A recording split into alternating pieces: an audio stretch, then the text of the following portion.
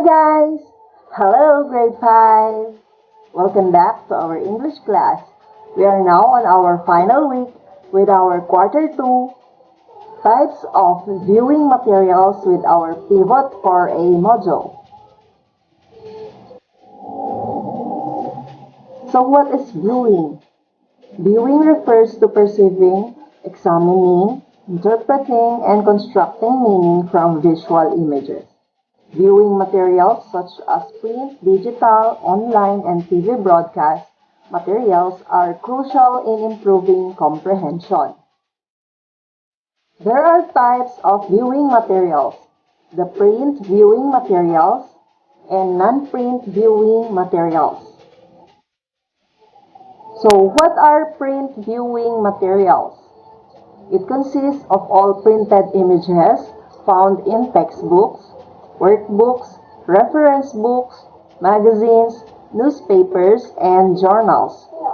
These include the printed versions of maps, photographs, paintings, drawings, posters, infographics, graphs, and other two-dimensional art.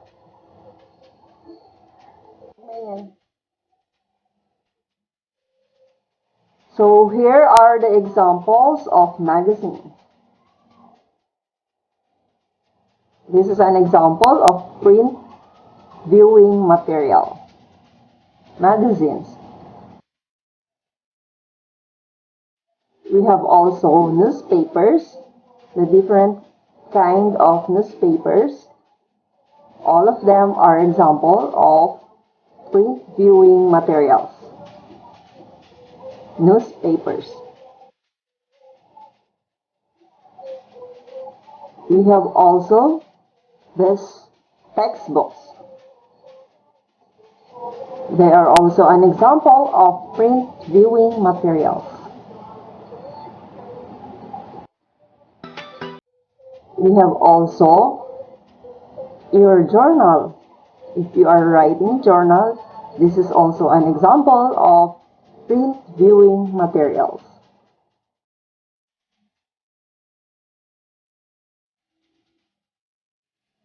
And infographics, like this one. Infographics about COVID-19. These are also example of print viewing materials. They are posted usually in the gates of the school or gates of the mall or any establishment that provides COVID-19 information, especially those healthcare buildings, hospitals, clinics, and etc. So we have here non-print viewing materials. These are those that do not depend on the printed sources. Three-dimensional arts like diorama, globes, puppets, and models, and other projected materials such as films or movies. Film strips, commercials, videotapes, and television shows are examples of non-print viewing materials. Like television channels, most of the viewing materials that are non-print are in digital formats. So basically, digital viewing materials are non-print materials. These are materials that are conveyed via digital media with or without internet connections. Examples include digital images and digital visual presentations like PowerPoint presentations and online materials such as vlogs, educational videos, and online broadcasts. We have here the examples. Films or movies. They are example of non-print viewing materials.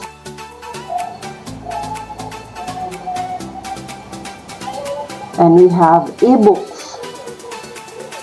Those that you are reading on your gadgets are e-books. They are not printed, so they are an example of non-print viewing materials. We also have vlogs. They are also an example of non-print viewing materials. You are just viewing them via Facebook or YouTube or any social media.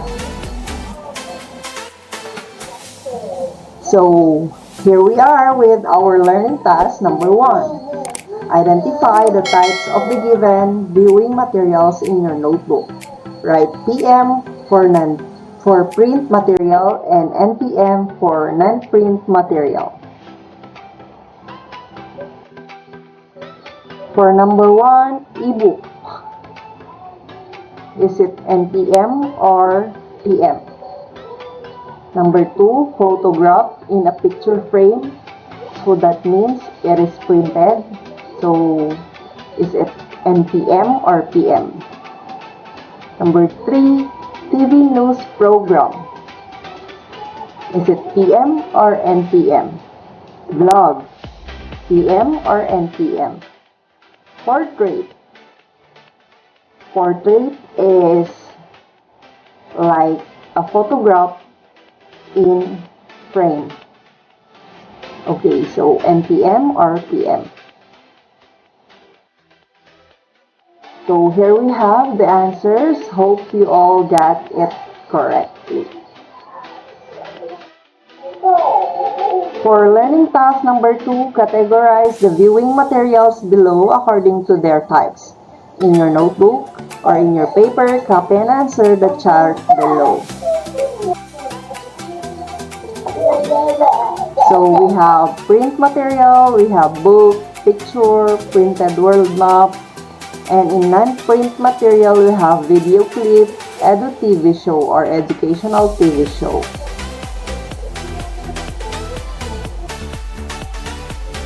And for learning task number 3, analyze the sets of viewing materials below.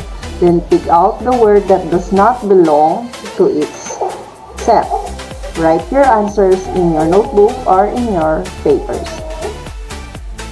So here we have now the answers, but I'll explain why this is our answer.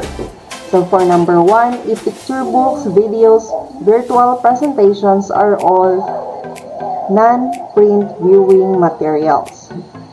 While printed poster is printed, so that is printed viewing materials. For number 2, TV documentaries, books, radio comedies, and movies.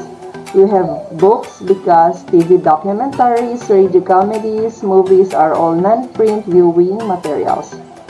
And for number 3, we have blogs, photo album, mobile photo gallery, YouTube videos. So we have photo album for the answer because it is the only thing that is printed in the group.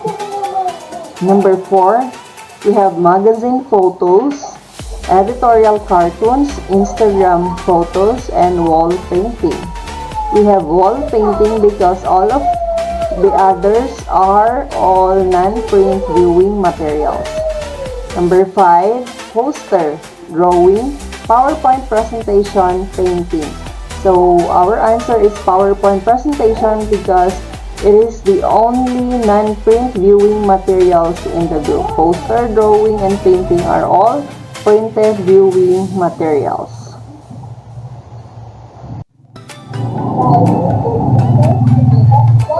So here we are with our learning task number 4. After eliminating the material which does not belong to each group in learning task number 3, classify the remaining materials as to print or non-print, then write your answers in your notebook. So let's go back.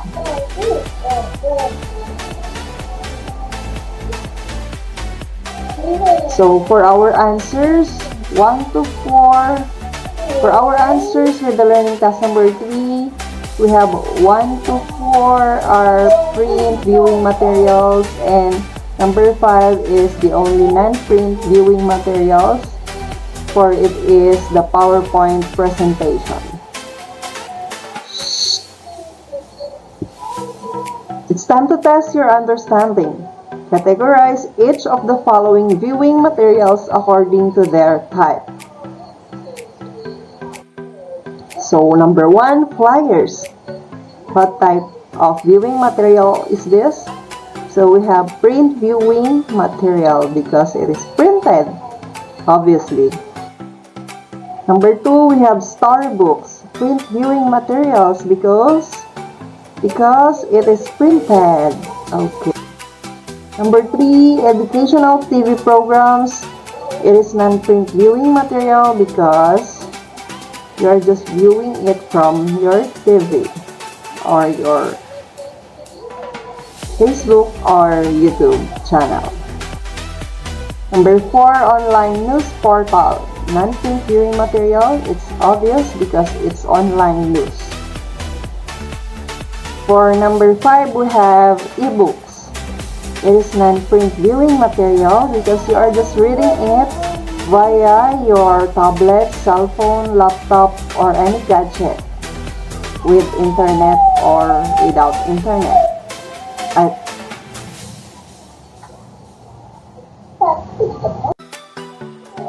Thank you so much for watching. Thank you for listening. See you again next time.